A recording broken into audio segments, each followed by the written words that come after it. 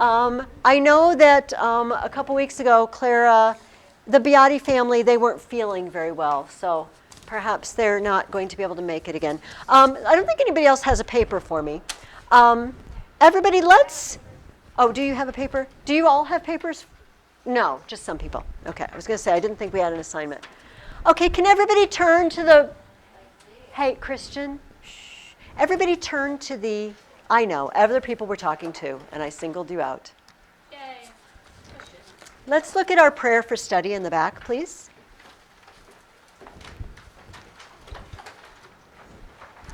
Christ, my Lord, the giver of light and wisdom, who opened the eyes of the blind man and transformed the fishermen into wise heralds and teachers of the gospel through the coming of the Holy Spirit, shine also in my mind the light of the grace of the Holy Spirit. Grant me discernment, understanding, and wisdom and learning. Enable me to complete my assignments and to abound in every good work, for to you I give honor and glory. Amen. Most blessed Lord, send the grace of your Holy Spirit on me to strengthen me, that I may learn well the subject I am about to study, and by it become a better person, for your glory, the comfort of my family, and the benefit of your church and our nation. Amen. Very good. Let's all, now that we have our books in front of us, turn to this week's reading questions on page 15. I have pictures today and everything. Okay. Hey, guys. Let me remind you what's happening in this crazy Persian invasion story, since we talked about it 2 weeks ago. Once upon a time, King Darius attacked Greece, and at Marathon, he got whooped. And he ran home. And then he died. Not right away, but before he could come back and finish the job. But his son Xerxes said, boom, I am going to punish those Greeks, but good, especially Athens. Because, they came over to Ionia, to Asia Minor. They set Sardis on fire, for crying out loud, my capital over there. No. We can't let this go unpunished. So he heads over, and last week, 2 weeks ago, last time we met, it didn't seem very good. Because the Greeks said, okay, what are we going to do? We got to stop this guy. A guy with an army that took 7 days and 7 nights to cross the bridge at the Hellespont. I'm rereading, I just finished rereading Herodotus' history, just for myself. I'm teaching it again next year, so I was rereading it. And he's guesstimating 1,700,000 soldiers. In addition to like people who take care of the food and that sort of thing. Almost 2 million people. Now, everybody thinks Herodotus is kind of blowing it out of proportion, but I don't know. He lived not very long after it happened. And I feel like there were people alive that he could ask, how many people do you think? So this is a huge army. And they said, what are we going to do? What are we going to do? We need to stop them up north of Athens before they march all the way down and take us out. And they picked a little pass called Thermopylae, if you recall. And they stationed a bunch of soldiers, including 300 awesome Spartans, like the best of the best, the special forces, right? The Green Berets, the crack troops from Sparta, in addition to some other people. And the idea was that if it's only this wide, how many people can get through at once? They got like 1,700,000 people, but only like 3 or 4 at the most, can come in at one time, and we can just keep cutting them down. Of course, they keep coming. We can keep cutting them down. They tried. Does anybody remember why that didn't work, Christian? That's because some traitor. Traitor. Oh, I hate the traitors. He told the Persians a different way to get around, so then they attacked her from both sides. Yeah, surrounded him. And Leonidas, the king, he told everybody, you need to leave. because you're going to die here, except for his Spartan troops, because Spartans don't leave. But everybody else, he said, it's no disgrace, because Greece needs you. Greece needs you to fight, because after they take us out, they're headed straight to Athens. That is what happens next. And they need protection. But Leonidas and his men died there in the past, and we remember the lovely epitaph, friend, go and tell the Spartans we lie here obedient to their commands. Okay, so this week was part 2 of the saga of what happens next. So there was a guy living in Athens named Themistocles. And Themistocles was, I was going to say smart, but I'd like to use the word shrewd. Do you know what shrewd means? Yes. What's the difference between smart and shrewd? Kind of sneaky. Kind of sneaky. Here, I feel like this needs to be lifted up a little bit. Yeah, Themistocles was a little sneaky in a smart way. And we have a book of biographies written by a man named Plutarch. And there's an excerpt from his biography of Themistocles in your book. And it says, from his youth, Themistocles had been of a vehement and impetuous nature. Oh my goodness, what's a vehement and impetuous nature? That's very complicated sounding and fancy, isn't it? Vehement. Vehement means aggressive, right? Like when you do something, you do it with all your might. Vehement. And impetuous. Impetuous means sometimes you make a quick decision, right? You do it because it seems like the good thing to do. Quick intelligence and a strong, aspiring bent for action. The holidays, listen to this part, the holidays and intervals in his studies, he did not spend in play or idleness as other children, but he would always be inventing or arranging some speech to himself. He didn't just go play games on break. He practiced speeches, so that his master would often say to him, "You, my boy, will be nothing small, but great, one way or another, for good or else for bad."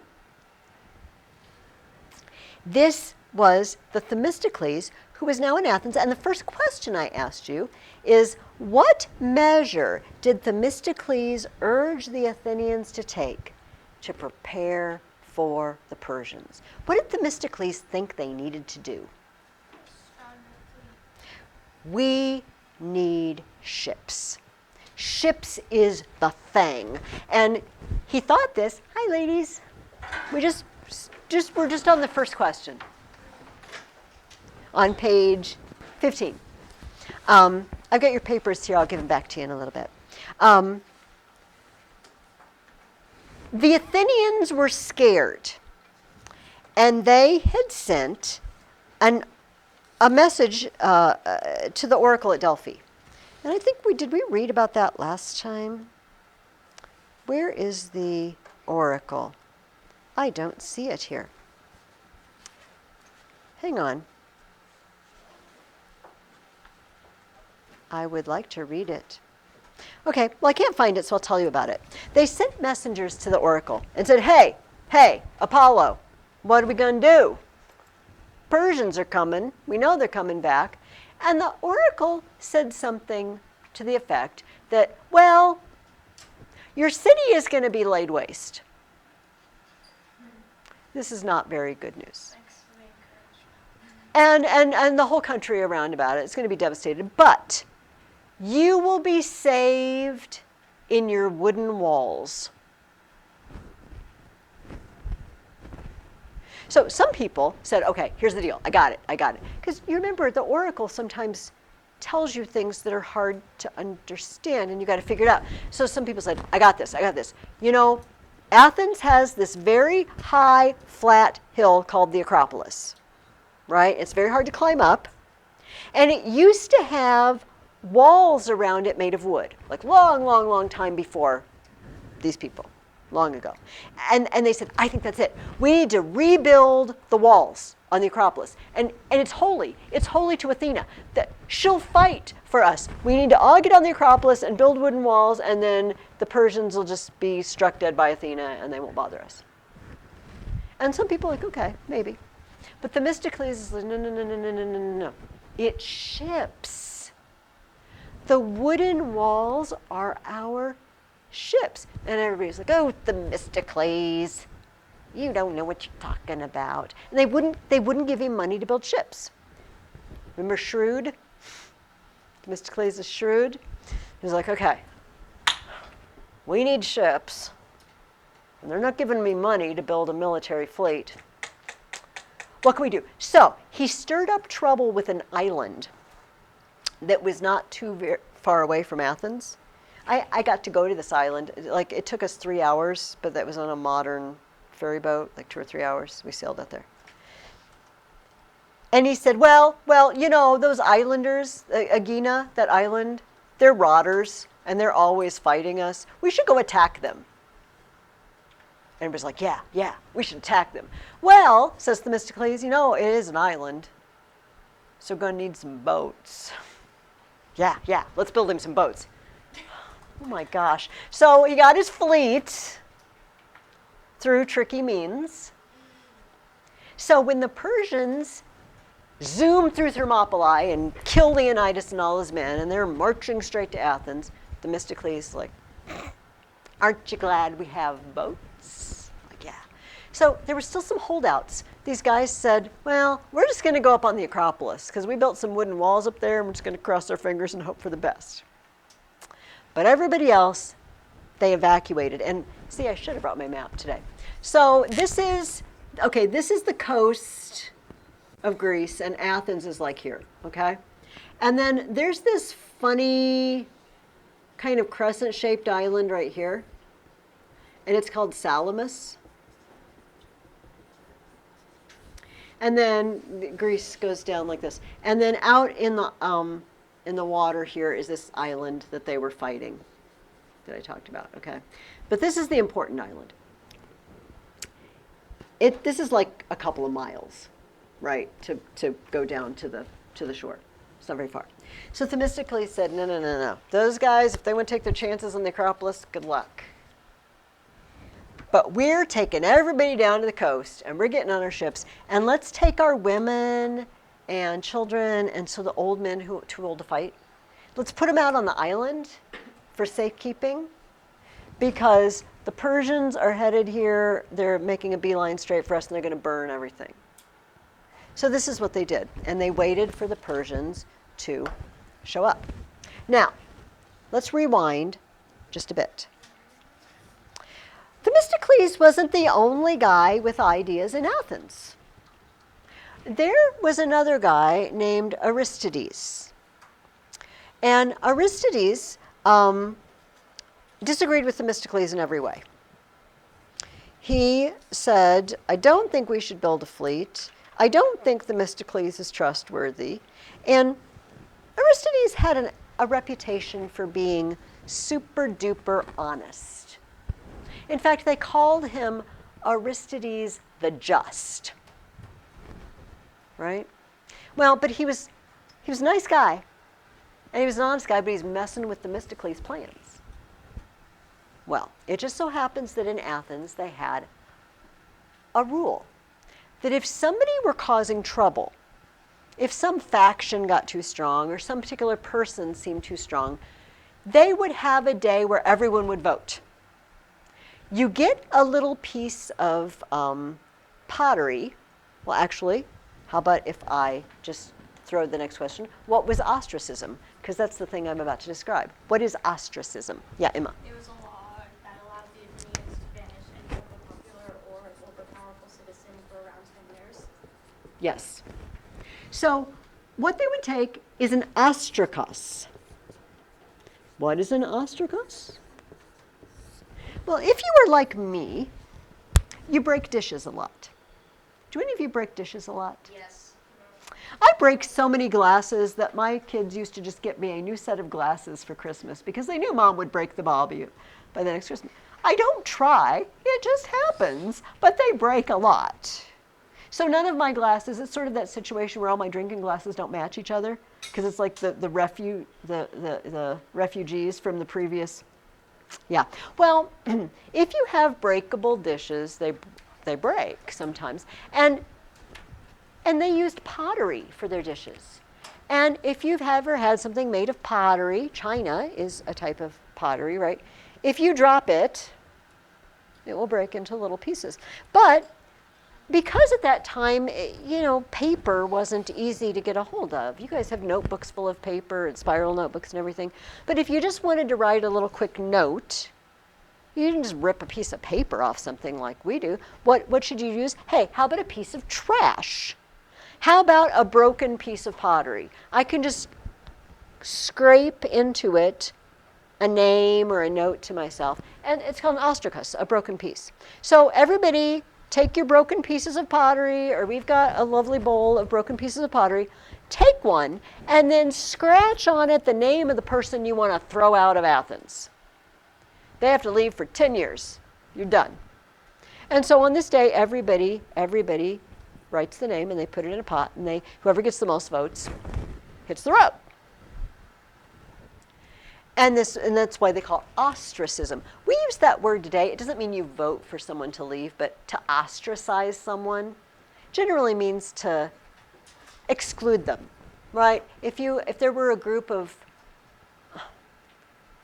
soccer players, and one of the players, they decided they didn't like him and he wasn't a good player, and they decided they weren't going to hang out with him anymore, that we would say they were ostracizing him. They didn't actually vote to send him away, but they were just avoiding him. Okay, well, it was Themistocles versus Aristides. Which direction are we going to go? Because these two guys are causing a hubbub. So on the day of the vote, the story is that Aristides is walking down the street, and some guy who didn't know Aristides said, "Hey, buddy, come here." Aristides is like, "What do you want?" "Well, I'm trying to vote for the ostracism, but I don't know how to write. I don't know how to write this guy's name. Would you write it down for me?" He's like, "Sure, who do you want?" "Aristides. Write down Aristides. I want to get rid of him." And Aristides says, "Why? What has he ever done to you?" And the guy said, "Nothing. I'm just so sick and tired of hearing him called the just." And they say Aristides said, "All right," and he wrote his own name down.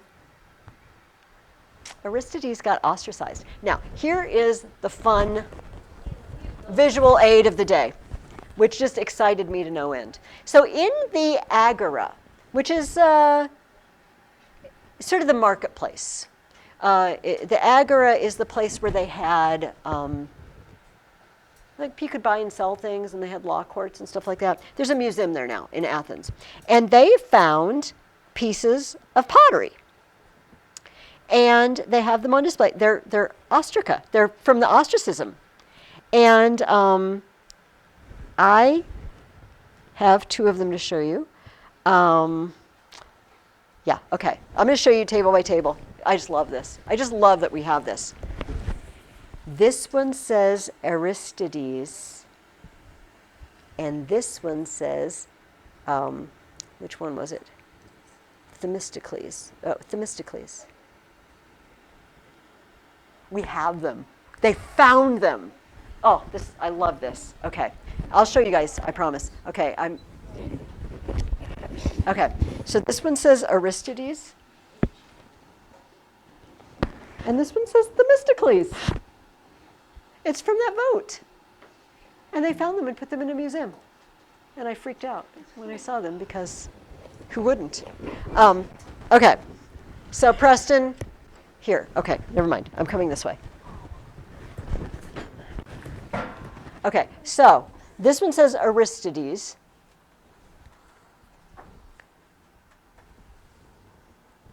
And this one says Themistocles on it. I'll come down there closer to you guys. This one says Themistocles. These are the broken pieces that they used for ostracism. And we have them. I mean, this famous, super duper, enormously famous vote that all the authors tell us about. This is Aristides, and this is Themistocles. Are you kidding me? We have them. So Aristides is out. Themistocles is in. And we are full speed ahead with the fleet. All right, that's where we are in the story. Let me look at the next question before I blow it up. Okay, I got a ways to talk. So, the fleet is here, and we're all lined up. And then, the Spartans and the people in the Peloponnese. Remember, the Peloponnese is that part of Greece that hangs down, and then it just has a little narrow path that it's attached to. This is not a very good map, but and Sparta's like here. They're freaking out. I don't like this one bit. You know what? Because we're all going to die. Because obviously, they have tons more ships than we do.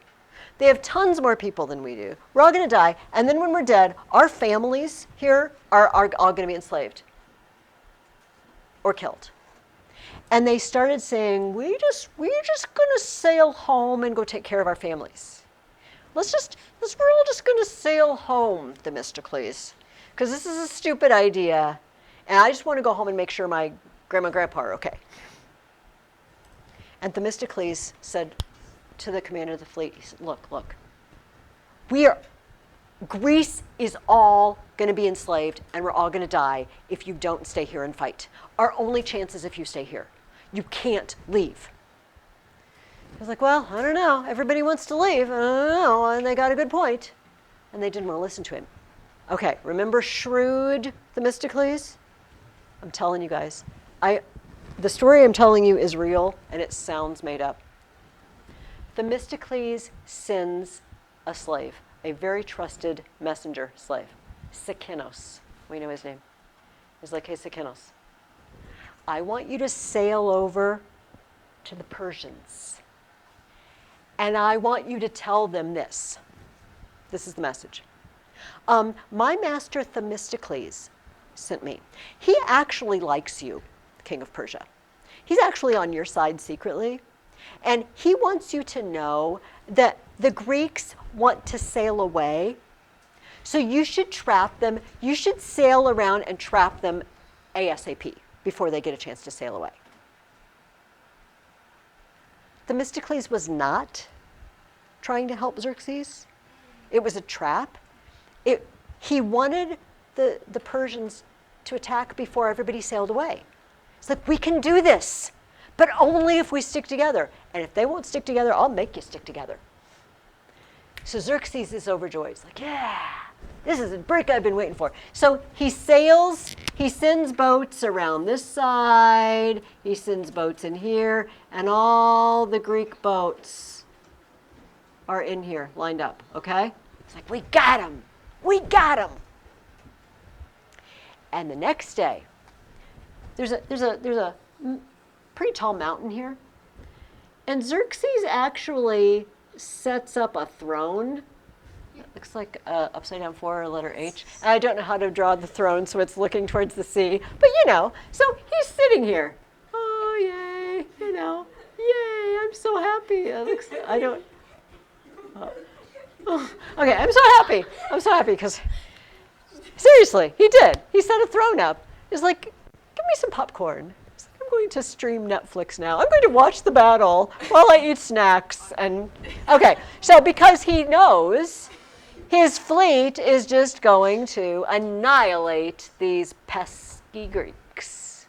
And he just wants to sit back and enjoy the fun. But most of them are Athenians. So there were, I don't remember the numbers. So say, this is roughly close, but it's not exact, okay? I'm pulling this out of my memory not well. Say the Greeks have 300 ships or so. It's sort of like 200 of them are Athenian, roughly. 170, 200, a lot of them are Athens.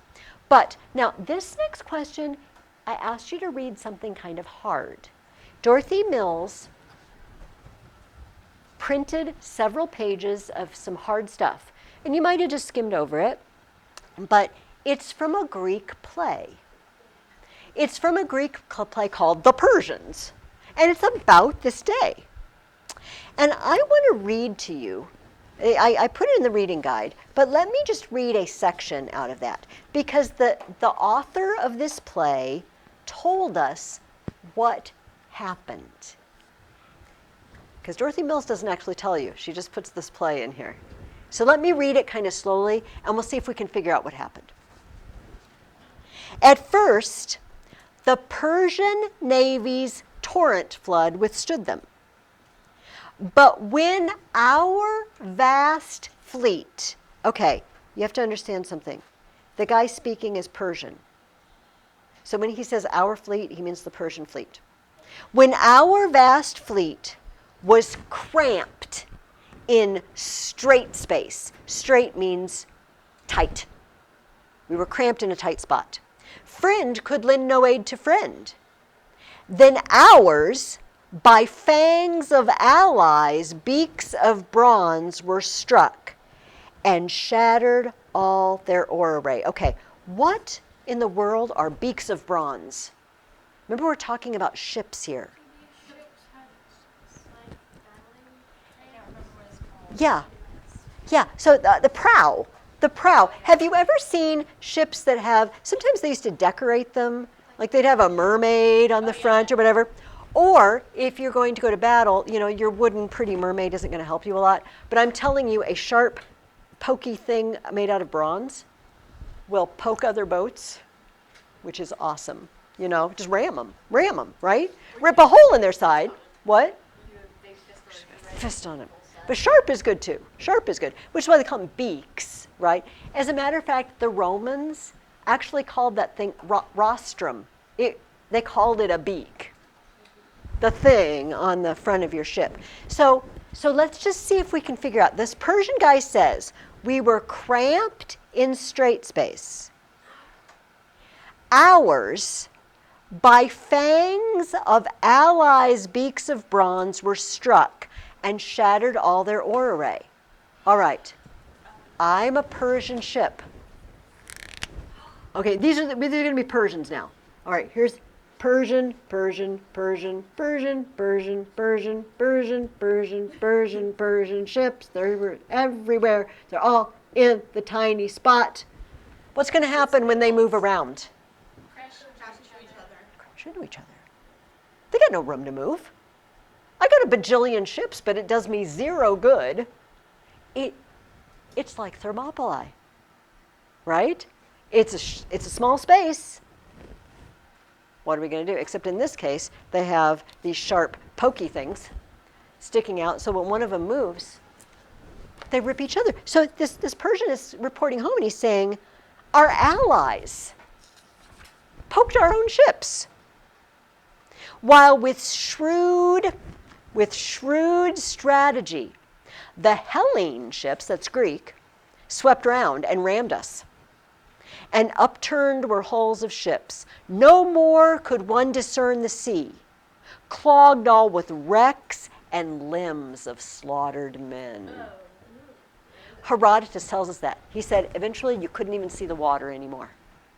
It's just full of pieces of boats and dead bodies. If you did see the water, it'd probably be red. Yeah. The shores, the rock reefs were with corpses strewn. Then rode each bark, a bark is a ship, then rode each bark in fleeing disarray. Know this well, that never in one day died such a host, such tale untold of men. So what, you tell me, we kind of described it.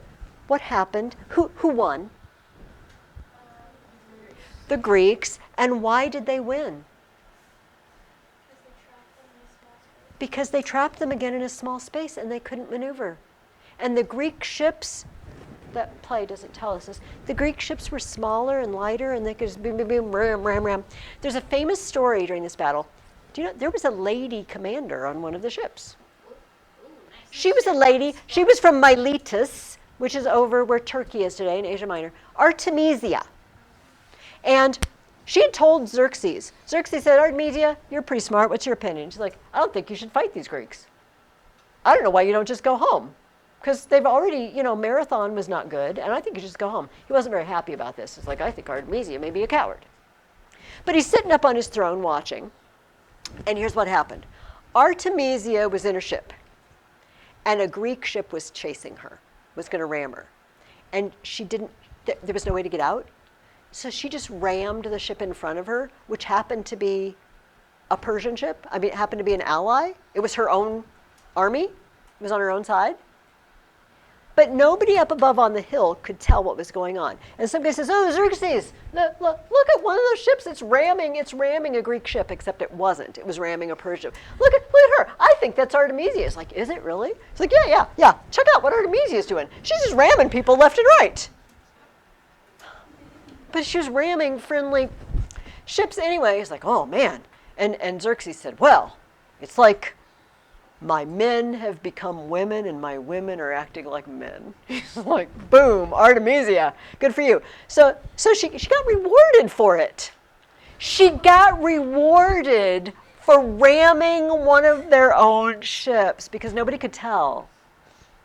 And it actually is, Herodotus says it really helped because the Greek guy that was chasing her stopped chasing her because apparently she's on our side because she's ramming one of the Persian ships. So he left her alone, and then, this is kind of sad, but Herodotus says, luckily for her, everybody on the ship she rammed died. Nobody lived to say, it was Artemisia. She took us down. Everybody died. So nobody could report on her. It was a win-win for Artemisia. She got away, and then Xerxes is like, oh, Artemisia, do anything you want. I will reward you. You're an awesome fighter. She was just trying to get away. Apparently. It's hilarious. So they dropped some Greek soldiers off on the island of Salamis so that any Persians who managed to get ashore, they just killed them. Also, remember who's on Salamis. The old men, too old to fight, but they're not too old to get a sword and take out some poor sailor that's straggling to land, half drowned. They just kill them as soon as they get to land. They didn't completely wipe out the fleet, but it was not good. It was not good. And instantly, Xerxes thought, oh no. So I'm here still with a lot of soldiers, and they've just taken out tons of my ships. How are we going to bring food in? Like all my supply ships. How am I even going to get all my remaining soldiers back home on all these ships? A bunch of them are just going to have to walk the long way. They're going to have to go all the way around up north and across the Hellespont and back over because we can't sail them all because we don't have enough ships. Xerxes is panicked. Now, he still has quite a few guys. Sitting on his throne still? Well, not anymore. They say at Thermopylae, and also here, that several times he jumped up off his seat. He's like, oh, he was so excited about watching the battle. And then he would sit back down. So he's got to go. So, Themistocles. Themistocles, okay, we've won, but there's still a lot of Persians nearby. Still enough to do us some damage. They're on the run. But here's my idea. Let's just sail across and break his boat bridge across the Hellespont and trap him, and then we can just chase him down, pick him off. By the way, Aristides, who had been, ostracized, they brought him back. Sometimes when people were ostracized, but they really needed their help, they'd say, hey, dude, your ostracism is over, just come home. And Aristides had been called home. So Themistocles said, hey, let's go break that boat bridge, trap those guys, and let's just pick them off. And Aristides is like, well, here's the thing. He's angry and he's got a lot of soldiers. Do you really want to trap him here?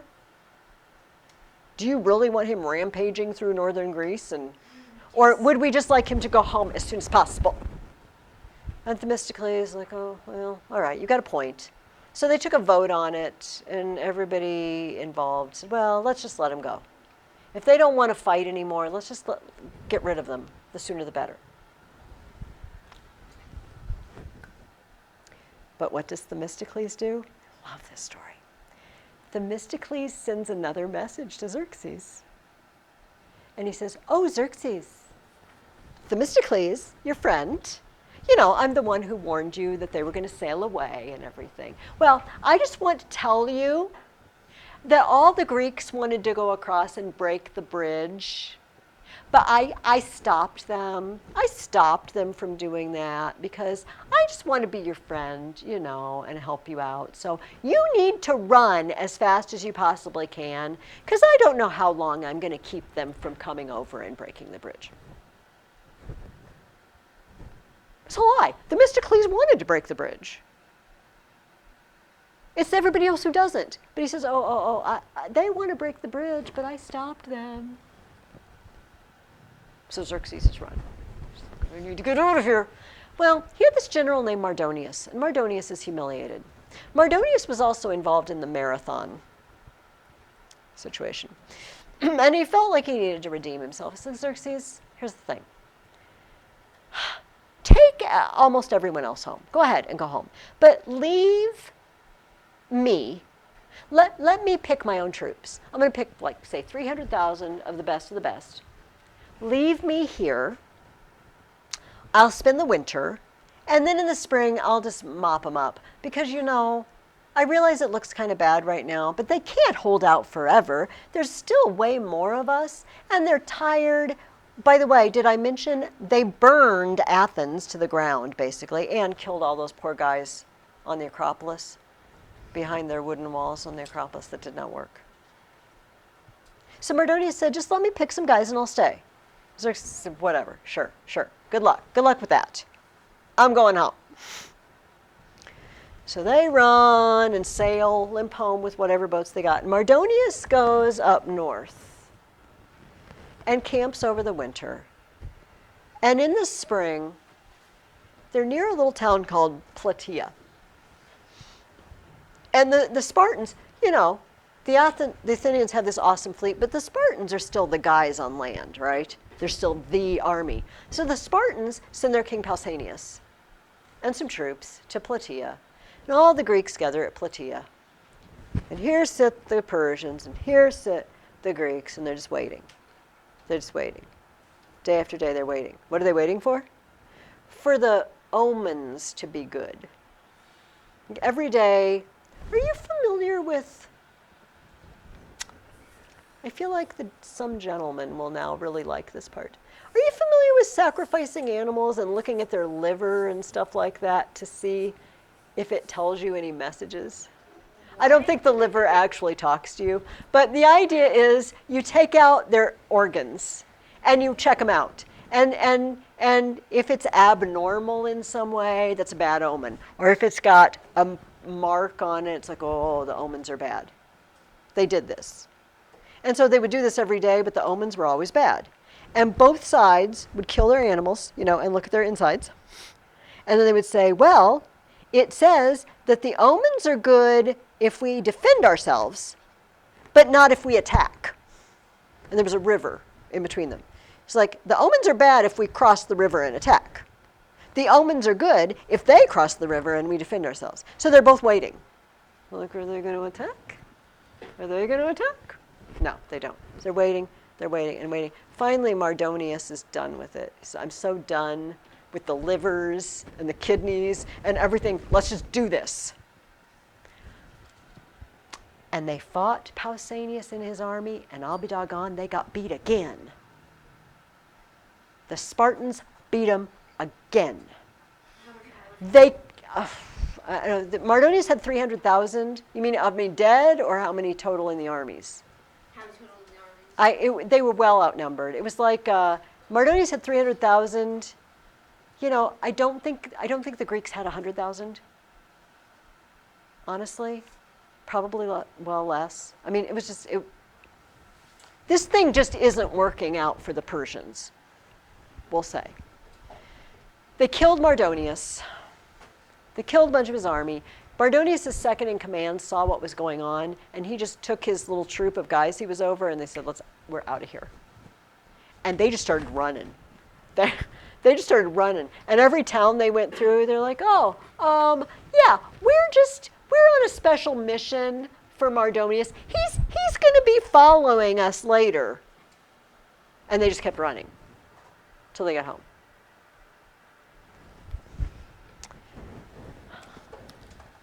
So, they went in, this is the last question I asked you guys. They went into the camp of the Persians, and there is the body of Mardonius. Now, at Thermopylae, when the Persians killed Leonidas, they cut off his head and stuck it on a spike, and they didn't treat his body very nicely, we'll say. So somebody came to Pausanias and said, dude, here's your chance. Do something nasty to Mardonius' body. Cut bits off and stick them on poles or whatever and teach those Persians a lesson. And Mardonius didn't do it. And this is the last question I asked you. What did he say? Why did he not want to stick Mardonius' head on a spike or send bits of him home? Yeah, read it, Emma. Stranger, he answered, thou holdest me as not by advising me to do such a thing. These things it is more fitting for barbarians to do than for Hellenes. Mm-hmm. And even with them, we find fault for doing shit. So I do not desire in any manner as this to please who likes such things. As for Leonidas, he has been greatly avenged already by the unnumbered lives who have been taken of these men. As for thee, come not again to me with such a proposal, nor give me such advice, and be thankful moreover that thou hast no punishment for it now. Yeah. Don't even talk to me about doing stuff like that. Barbarians do that. Greeks don't do that sort of thing. For the Greeks, the whole world was divided into two groups, Greek people and not Greek people. And the not Greek people were all barbarians. And they didn't mean it the way we mean barbarian.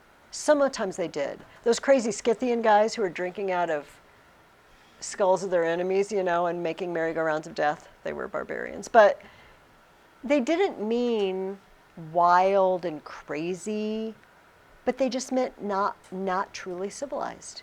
The world is made up of Greeks and everyone else. And Persians are the everyone else. And they're the sort that act that way. Greeks don't do that sort of thing. However, Pausanias did think this was a good teachable moment. And so they went in to Mardonius' tent. And I'm telling you guys, these guys camped in style. Like with gold and silver dishes and fancy tables, and they're like silk cushions that they slept on, and this super duper tent. And they go in and they see all the riches. And Pausanias looked at the sort of food that they eat, and he had an idea. He said, hey, Persian chefs, because they had killed everybody in the camp. Persians, make me this type of meal that Xerxes would eat. And then he says, hey, Spartan chefs, make me some black broth, like we eat at home. And he laid the meals out, and he called all the Greek soldiers to him, and he said, guys, look how stupid the Persians are. Look at their feast. This is how they live. And they came to attack a group of people that live like this, that eat black broth. What in the world did they want from us? They had all of this. This is what we have, and they wanted it. Stupid. It was a pretty good teaching moment to remind the Greeks who they were, and that What did the Persians eat? well, yeah, like every good, all sorts of roasted meats and sugar-coated dates and whatnot. What? Had me at meat. Yes. Sounds good. Black broth, not so much. But that was Pausanias' point. Why in the world would these people want to attack us? What in the world would we possibly have that they could want? just Set power. the capital on fire. They did. Pausanias left that part out. He decided not to mention the whole, we helped burn down Sardis. However, I really wish that I could just end the story there. And Dorothy Mills does. But Pausanias didn't stay the same as he was that day.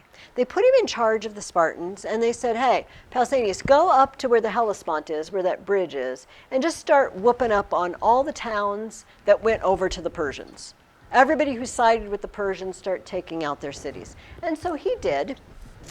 But he spent a lot of time seeing how the Persians live and the level of luxury that they live, and he decided he kind of liked it.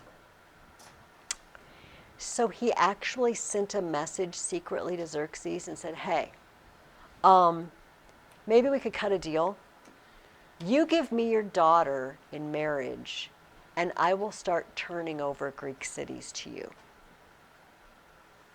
I know. Grace just rolled her eyes, and this is the proper response. And word got back. The secret got out. Because you know what? If you try to pass secret messages back and forth to someone, someone's going to find out about it, right? Somebody's got to carry the message. Somebody's going to talk. And so the Spartans called Pausanias back. And they said, we think you're a traitor. Thank you so much for taking out Mardonius' army, but now we think you're a traitor and you're going to have to come home and answer for it. And he did, and he died. He died in prison in Sparta. Well, I know. See, and I left this story out. This is a depressing day, but this is good because we're gonna find out. We haven't heard the last of Themistocles. I'll just say it that way. Themistocles' story is going to continue, even though the thread is over. But I'm going to rewind a couple weeks to Marathon. Remember the great battle of Marathon? The guy in charge there was named Miltiades, and Miltiades won this great triumphant victory at Marathon. And then he went home to Athens and he said, hey, I'm going to do something awesome that's going to make us rich. Give me some money and some ships, but don't ask what I'm going to do. And they're like, okay, sounds good. Miltiades, have some money, have some ships. And he sails off to one of the islands that he's got a grudge against personally, and he attacks it. And he actually was working with a priestess there, and he snuck into like a sacred grove, and he's going to creep up and take the city. Well, he's jumping over the wall, and he goes into this sacred grove of some goddess, I don't know, and it creeps him out a little bit, right? He's like, I don't know if I should be here. I don't know if I'm doing the right thing. So he climbs back over the wall to get out, and he scrapes his leg up really bad. He jumps out, and he says, what's the name of this sacred grove? And they tell him the name. I don't remember the name. And he says, oh, the oracle told me I would conquer that place. And apparently they mean this grove, so apparently I'm not going to conquer anything else. Let's just go home. And he goes home, and Athens is like, dude, why did you attack that city? And then why did you come home? We gave you ships and money to go attack. And he's like, well, I don't know. I thought the oracle told me I wasn't going to take it. So well, that's not good enough. They threw him in prison. And he got gangrene, like he got infection in his scraped up leg, and he died from it. They didn't kill him. They were going to fine him tons of money for breaking their laws. But before he could pay it, like his leg killed him, and his sons had to pay all the money. Keep these stories in mind. Athens has a bad habit. And it is they have heroes, and then they turn on them, and they die in prison or get exiled over and over and over again. And we're laughing, but I don't know if we're much better. Like, there's nobody we're turning on and getting rid of, and maybe you guys don't see all the political commercials that are on TV right now, but people tend to not remember very long what a great person has done for them. And also, great people don't always stay great people. They kind of turn and they start doing sort of nefarious things, and it's just sort of the way of the world. But Athens notoriously kills off her generals. We will meet more of these instances later. All right, so at Greek, what's the score? Greece 3, Persia 0. Well, Persia 1. We'll give them Thermopylae, right? And the Persians are done, more or less. The Persians, like, you know what? We gave it 3 really good shots, and we got shut down 3 times. Maybe we should just leave the Greeks alone. So it would seem that, yay, and then the Greeks lived happily ever after. This would not be true. So for the next few weeks, we're going to find out, well, what did the Greeks do when they found out there was no more threat from Persia? For next week, what? Well, we'll see. I'm going to ruin it for you. For next time, I need you to read from Dorothy Mills. It is, in my book, it's chapter 10. It's the next chapter, and it's called The Athenian Empire, which tells you something about what they're going to do, doesn't it? They're going to make an empire. The Athenian Empire is chapter 10. And answer the questions. And we may be talking about another war in the very foreseeable future. All right, does anybody have a comment or a question or anything before we talk about our writing? It's just depressing. It's rather depressing, the whole, I'm the hero and then I'm the villain. Okay. We made a chart together before our break, and I wrote down everything on the chart. So I have the contents, but hopefully you do too.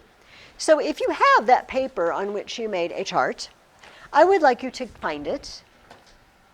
And if you don't, at least get out a paper that you can write more things on today. Before all of you came in, I was thinking that I probably should have had you read parts 4 and parts 5 of the Trojan War. Oh, Julia's not here, but I think I already mentioned this to her. Is there anybody here who doesn't know how the Trojan War is going to end? Is there anybody? Oh, you don't know how the Trojan War is going to end? No, I don't know how it's going to end. You know how it's going to end. Is there anybody who does not know? Okay, all right. Then I really don't want to ruin it for you. So we're going to kind of limit our reasons today to stuff not having to do with the war ending, okay? Can we do that? Can we agree to be nice so that it doesn't ruin the story for anybody? So you might remember that we are asking a question. I'm going to write this, but you should have it written down already, so you shouldn't need to copy it down. Should the Greeks have attacked Troy?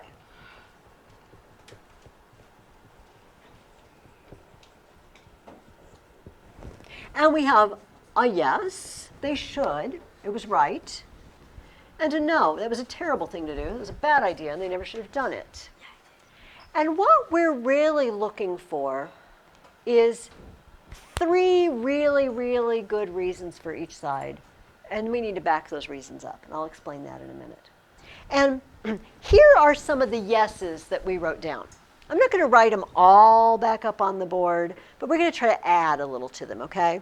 We wrote things like, well, the Trojans stole Helen. This was yes. Let's do the yeses. They did kidnap, well, okay, kidnap or persuade to run away some guy's wife. And it wasn't just some guy's wife. She's married, and her husband happens to be a very powerful king, and her brother-in-law happens to be the high king. This is all bad news. Yes, Emma, what were you going to add? Something that I never know. Oh, yes. That I have a Osborne copy of the Greek myths and stuff, and it had the Trojan War in there. Something that was different from this book, I think, was that Helen never really loved Menelaus, and when she saw Paris, she fell in love with him, as Aphrodite had said, and actually wanted to go with Paris and agree to go with him. Yes. In most stories, she's pretty willing. Here's the thing. Does it matter whether she really loves Menelaus or not? Well, no, I guess kidnapping's still bad. Yeah, she's married. That's the deal. But Emma brings up a really good point, and it's this. When we read about these stories, we get multiple versions. And even the ancient world had multiple versions. So when we argue something like this, we can take from multiple versions if we want to. We can say, if this is true, then this is a reason they should do it. If this is true, they shouldn't. But this seems like a strong reason to me. A woman was taken, either against her will or not, but it doesn't matter. And it was bad form. We also I wrote down, Paris stole not only Helen, but a bunch of Menelaus' stuff. At the very least, Paris is a thief of stuff. Paris, I'm just reading what we wrote on the board, so you guys should have all this written down, okay? Paris was a very bad guest. And remember, being a good guest or host was really important to them. I think it's, painfully obvious that stealing people's wives and things is not okay for guests to do. Somebody mentioned if they attack Troy, the Greeks might be able to take over the Trojan land. It might be lucrative, we would say, for the Greeks. They might make money out of it and get power out of it because Troy was rich and powerful, and the Greeks promised to help. That was another one. The Greeks promised to help Menelaus if he had trouble. We mentioned that all the Greek men had sworn to Helen's dad, if anybody messes with Helen or her husband, we will help. Those were the yeses I wrote down. So let's stop for a minute and let me ask, Emma had a no. Did anybody add another yes? Did anybody find another yes? Bryn. I don't have the maps in me, but Zeus's wife, Poseidon, and Athena were all on the Greek side. Okay, so Hera, Zeus, and Poseidon all want Greece to attack. The Greeks to attack. How about we'll say that? And why is this a good reason? What there's a point missing in this. The gods want them to attack, so they should attack. But what's the missing link in my reasoning? The gods want you to do it, so you should do it. Are they really that powerful enough to tell you what to do? Well, that, or on the flip side, you should do what gods tell you to do. Oh. It depends on the answer to that question, right? Okay. Yeah, it could be both. It could be both. But that's the missing link. If a God tells me to do something, and then I say, so I should do it, there's a missing piece of reasoning there, and it is the things gods tell you to do, you should do. And I'm gonna go on this side, Emma, and I'm gonna say gods should be obeyed. And you know what? I feel pretty good about that simply because we've seen what they do when you don't. When you don't obey, they're not nice.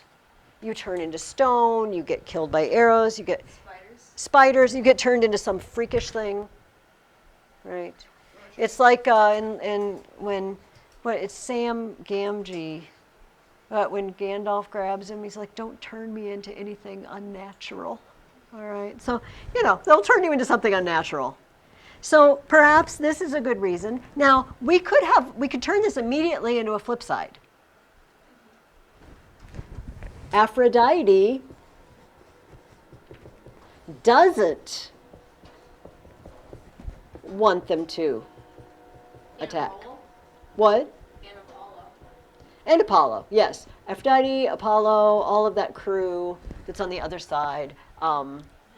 Ares is on that side. What? Ares doesn't want him to attack? Yeah, The Ares god is of war doesn't want him because to attack. because he got stabbed. A Greek stabbed him on the battlefield, so I know he was on the other side. Because he goes boo-hooing home to Olympus. I guess. He stabbed me. You're Ares. Get over it. So we have sort of equal issues, don't we? Gods are telling you to do both. You know, did you ever think about it? This is kind of a problem for people that have more than one God. If your people has more than one God, what do you do if one of them wants you to do something and the other one doesn't want you to do it? You're going to tick somebody off, right? Some God is going to be against you. And that just doesn't ever seem like a good thing. So people who are polytheistic, people with more than one God, they have a real problem. Our God doesn't disagree with himself, right? And even though our God is a Trinity, the persons of the Trinity are all one God.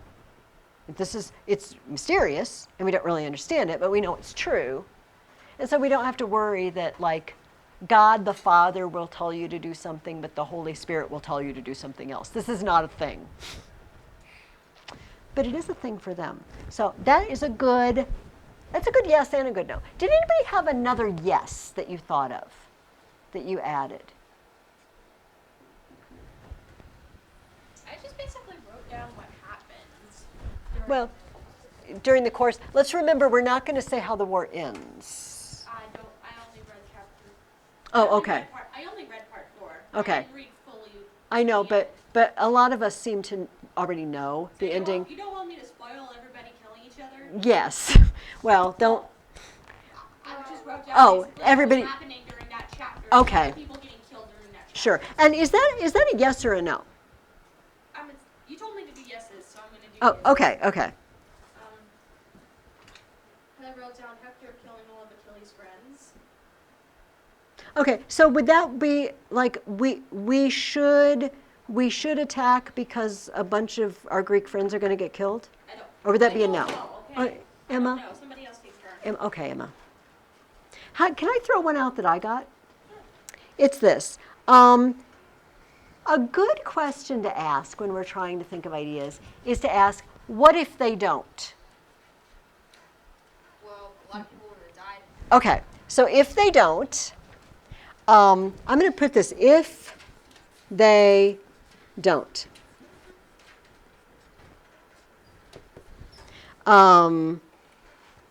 Many would still be alive. And you know what? Many on both sides, right? A lot of dead people would still be alive. But let me see if I can fish for this one. If they don't, what are other people going to think about the Greeks? Chickens, you're cowards. We can just go steal your stuff. You're not going to do anything about it. You're a bunch of wimps. Do you see the problem? So if they don't attack, others will think they can take advantage.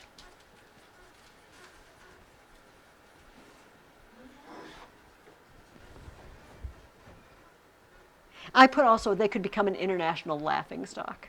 I mean, everybody's going to make fun of them. That's kind of the same idea. And if they don't, are they ever going to get Helen back? No. If they don't, Helen will never come back, we assume. And this is not in your book, but I'm going to give you this for free. She has a daughter. You know, they have a daughter, Hermione. I don't know if she's in there. Her daughter will be motherless. More or less. I mean, she has a mother, but her mother's not there. So you know what I mean. Her daughter will be kind of like an orphan. So these are things that will happen if they don't attack.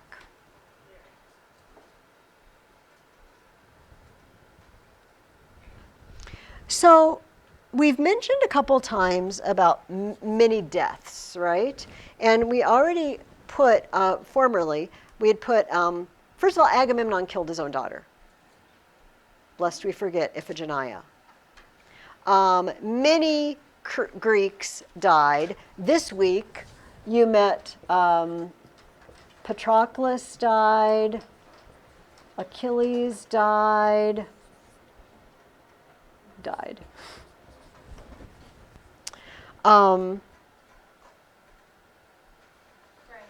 And we had this one that all of these people don't want them to attack.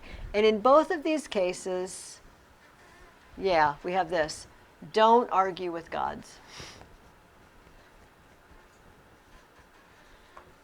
Did anybody else find another no? Just something that we hadn't really thought of. Yeah, Luke. Loss of food. What? Loss of wars are expensive and it's also limited. That's really good. War is expensive.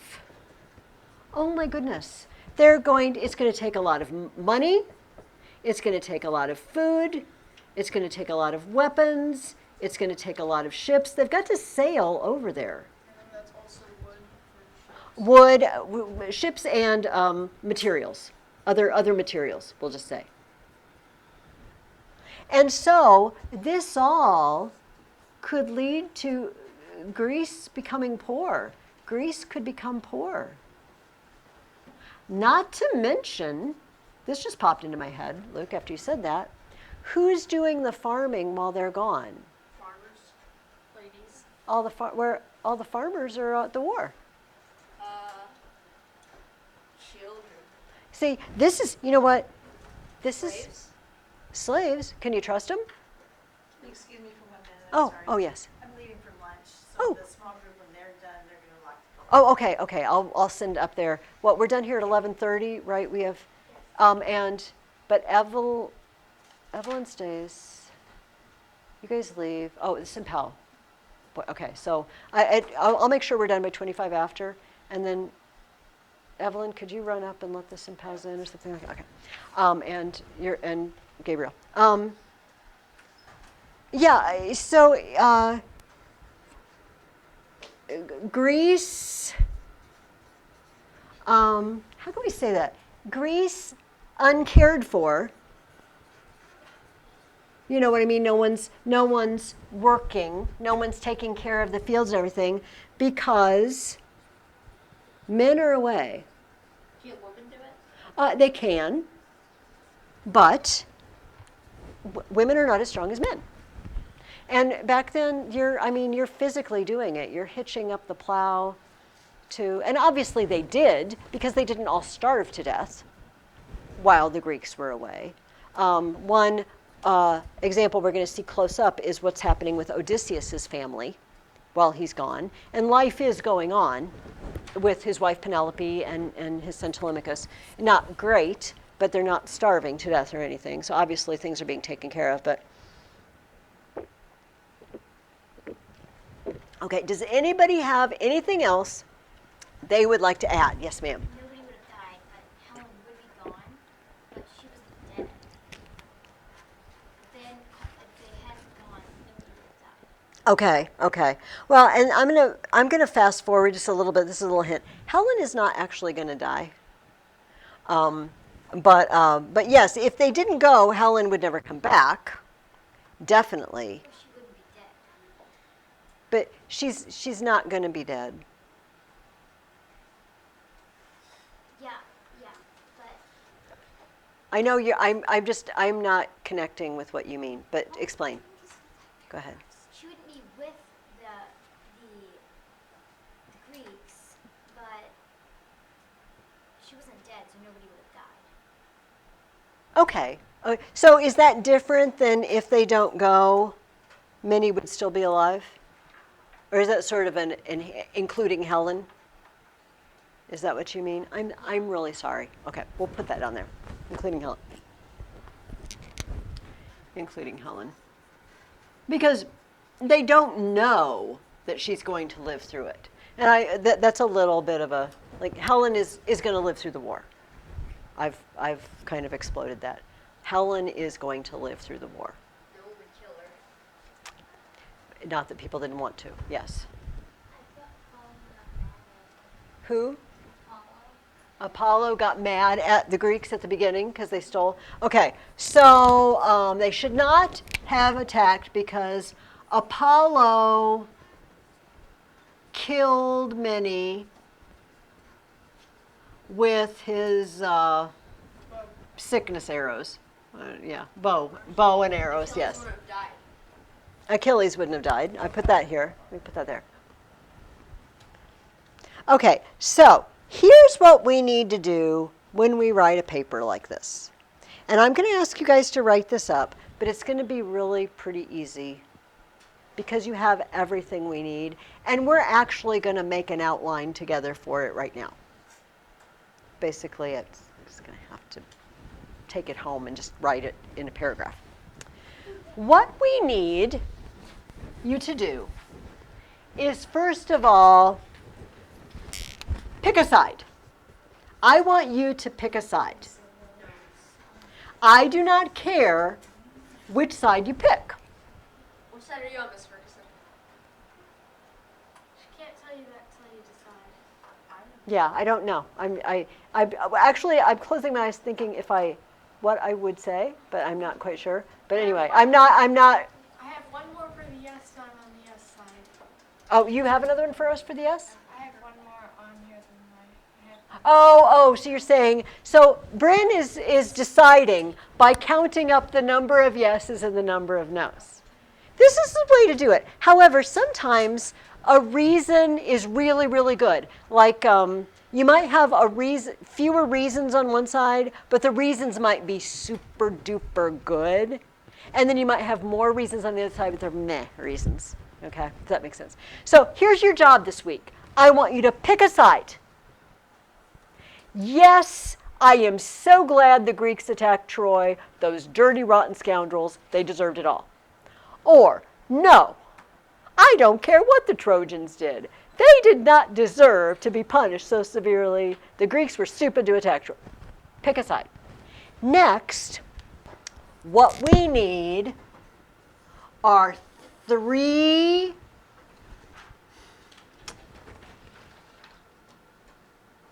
okay, I'm trying to think of how to describe them. This is the hardest part to describe to students. 3 major reasons. What do I mean by major? That's key. Helen's daughter will be motherless if they don't attack. That's a tiny reason. Do you see what I mean? But war is expensive. That's a big reason. Because I didn't write everything down. Paris stole Menelaus's stuff. Okay, it's a reason, but it's not a big reason. But Paris is a bad guest. Paris violated the rules of hospitality. That's a big reason. What's the difference between a big reason and a small reason? I will tell you. A big reason has other reasons that explain it. For example, look at war is expensive. Look at all the things. War costs money. You got to feed troops. You got to make weapons. You got to build ships, which takes lots of materials. In the meantime, your fields are not being cared for and your economy may take a nosedive. Do you see how if I say war is expensive, I have lots to say about that.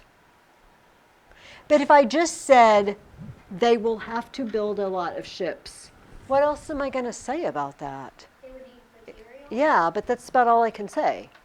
But if I say the big one, war is expensive, then I can just pile it in. Here's another example.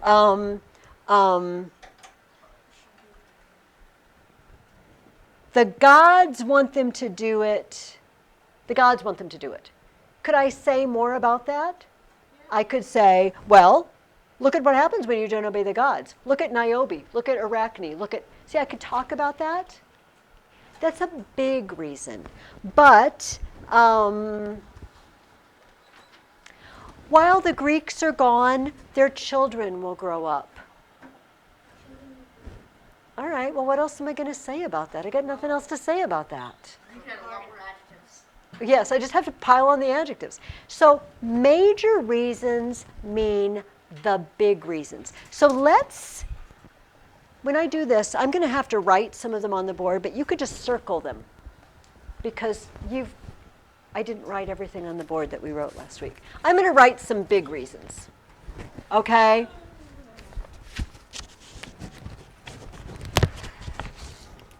Sorry, the gods ordered it. That's a big reason.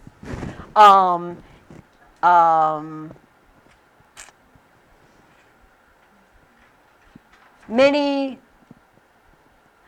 would still be alive. Because you could list all the people that died that would still be alive. Another big yes would be Paris, like Emma said, Paris violated hospitality laws. We should have that written down basically from last week. That's a big reason.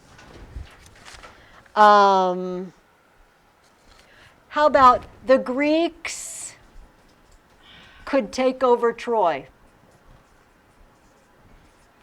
And then they could take all their land and their slaves and their stuff, and they could be a superpower of the world. And food. Those are big reasons. Does that make sense? Does everybody see the difference? This is the hardest thing to explain. What do I mean by big reason? What do I mean by small reason? I have lots I could say about this. I don't have a lot to say maybe about others will think they can take advantage. I don't have a lot to say about that. On the no side, what are some big reasons? Well, the gods don't want them to. Certain gods. War is expensive. This was a brilliant one Luke came up with. Death. Oh, so much death. And one that we wrote down last week, Aphrodite promised. What do we do if the gods stop keeping their promises? We could talk a lot about how she promised, why she promised. I could give the backstory on that. That's a pretty big reason. Paris didn't just go out and pick a woman and say, I'm going to take her. It was part of a bigger story. So here's what you need to do. Oh, can I add death and suffering? I also put suffering. We met poor Philoctetes, who has this wound that oozes for years, and they just left him on an island, for crying out loud. Do you remember him? But oops, we need his bow. By the way, can I just, as an aside, what do you guys think of Odysseus in this section? Is he a good guy or a bad guy? He's awesome, but he's a little shifty. He's like, oh, Pyrrhus, just go lie to him. Just go lie to him and pretend we're his friends and we're going to take him home, and then grab the bow. Pyrrhus says, what? Can't we do it without lying to him? No, just go lie. I'm good with that. That's Odysseus. All right. So I want you to pick a side and pick 3 of the big reasons. And I've just sort of circled them for you. And then each reason has 3 supports. For example, here's what my outline looks like. Reason 1, I'm picking no. I'm picking no. War is expensive. Then I need to think of 3 things to say about that. Oh, it's easy. Costs a lot of money, they're going to need a lot of food, and lots of materials for ships. Boom, done. Money, food, material, and ships. There, done. Those are my 3 supports. Or I'm going to pick for my second reason, lots of death. and then just pick 3 people that are dead. I mean, we call it lots of death and suffering. We could do, if we want to put suffering, we could put poor Philoctetes and his oozing wound. We can put Achilles is dead, and Achilles' best friend Patroclus. We can put Hector. We can put whatever. And those are your supports. Are we only supposed to do 3 or can we do more? You can do more if you want, but we're going for 3. I thought we were going to do 5 paragraphs. We are eventually, but not for this paper, because I want to talk about the introduction and the conclusion later. Okay. Oh. So what if I decide to pick yes? Then I need to pick a big reason. Oh, Paris violated hospitality. And then, okay, I need 3 things. Well, he stole Helen, stole stuff, and Zeus hates bad guests.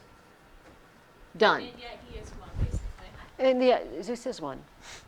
Okay, I need another one. Many. Oh no, that's kind of a not. What's another one? Greeks could take Troy. They could get their money. Take their land. They could be more powerful. Does everybody see what I'm doing? I mean, I'm kind of beating it into the ground, I feel like, but does everybody see it? So this is what I want you to do. Pick a side, list 3 big reasons, and then try to fill it in with 3 supports. And then turn each one into a paragraph. Greece should attack Troy because Paris violated hospitality. He not only stole Helen and his stuff, but it's well known that Zeus hates bad guests and bad hosts. And it is very bad guesting to take someone's stuff. There, done. It's paragraph. Or your next paragraph. If the Greeks should take Troy because they could capture and steal all their stuff. They would become a superpower. If they took their money and their land, they could have all their neighbors as slaves. And by Done. that, they could pay for the costs of war. And they could recoup their losses in war. Very good. Bryn, what were you going to ask or say? Was there anyone big enough to come and defeat Greeks when they were off at war? Or was there no one big enough? No, I mean, the Trojans collected all their neighbors. There wasn't, I mean, they could have sent to Babylon, I guess, but that was kind of far away. So I would like you to write me 3 paragraphs, 1 for each reason. Don't worry about the introduction and the conclusion this time. I'm going to do it anyway. You know what? If you did this with me last year and you want to throw those in, that's fine. I But don't really know how I'm going to start the thing anyway. some people I'm gonna didn't. Start the thing with this, oh, well, Paris violated the hospitality laws. What I got to make sure it makes sense in the beginning. Sure. And then could you please put your simile and alliteration in? I know. You can do it.